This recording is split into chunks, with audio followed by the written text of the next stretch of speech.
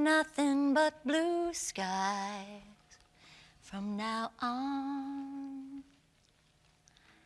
There is so much to love about being with a horse. Like leaning against that big flank, the warm, damp heat, and the thunking of that big heart. Or riding one full speed. Oh, it's just the best.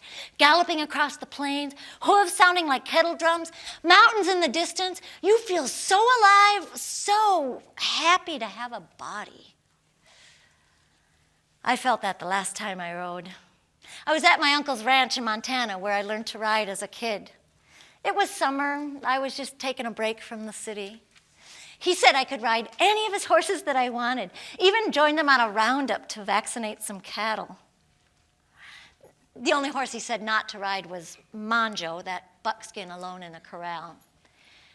The horse hadn't been ridden all summer and was supposedly pretty cantankerous. Well, do you think I'm going to choose some polite horse that walks around like a pony ride? I don't think so. I decided to ride Monjo, just play around on him in the corral. When I got in there with him, he was everything I love about horses. Frisky, muscly, kind of half tame, half wild. He let me come up to him, though, and from there I climbed the fence and slid onto his bare back. Oh, there is nothing like sitting a horse bareback. You feel every twitch of nerve. It's like you become another muscle in that horse's body. You have to know what you're doing, too. I mean, there's no stirrups to brace against or saddle to hold on to. I rode bareback all the time as a kid. That's all we ever did. Oh, it was so great to be back up on a horse. I just sat there for a minute, up so high, I could see another set of peaks beyond the front range. And the hot sun, his warm, damp heat, and that tangy horse smell.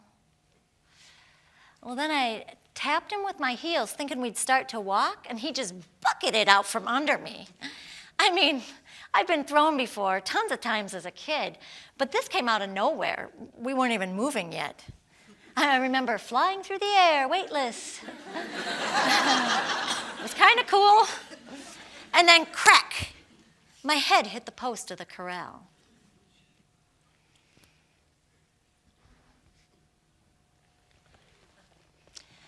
From there, there's not that much to tell.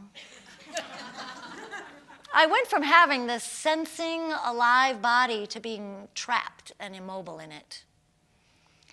I guess it was a few weeks in intensive care with tubes and drains and stuff. It was like I was dead already.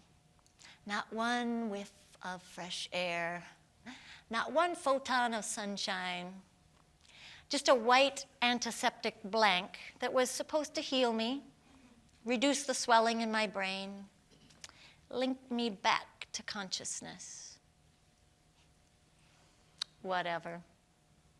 I wish I had died the minute my head hit the post, instead of weeks later, all shrunken and white.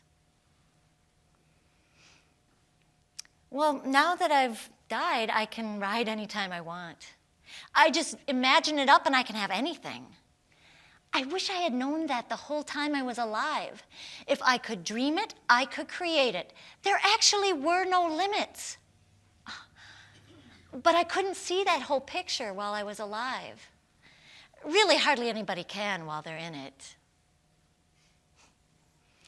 Now that I've died, there's no grief or angst or that ropey feeling they make in your body. Well, there isn't really a body either. I dreamed this one up so I could come talk to you. It's all right. I'm pretty comfy in it. I'm just glad I'm not stuck in it till it falls apart. It's hard now to imagine being pinned down to a physical life again. This heavy drag of gravity. And the thick air you have to keep drinking. It's weird. And how every pleasure has a pain at the bottom of it, like enjoying a great meal and knowing plants and animals die for every bite. Or how at any moment it can all end crack in an instant. How harsh is that? And how exquisite.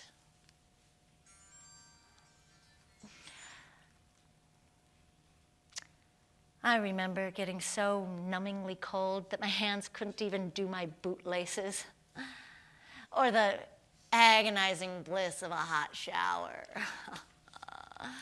or that smell of freshly ground coffee beans, God, or that soft, solid push of another body.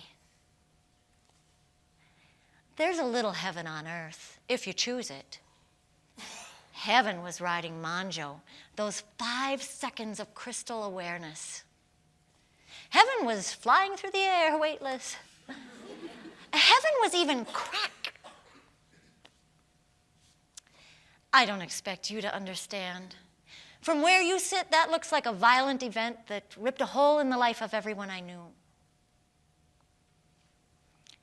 But I'd do it again. I would do it again.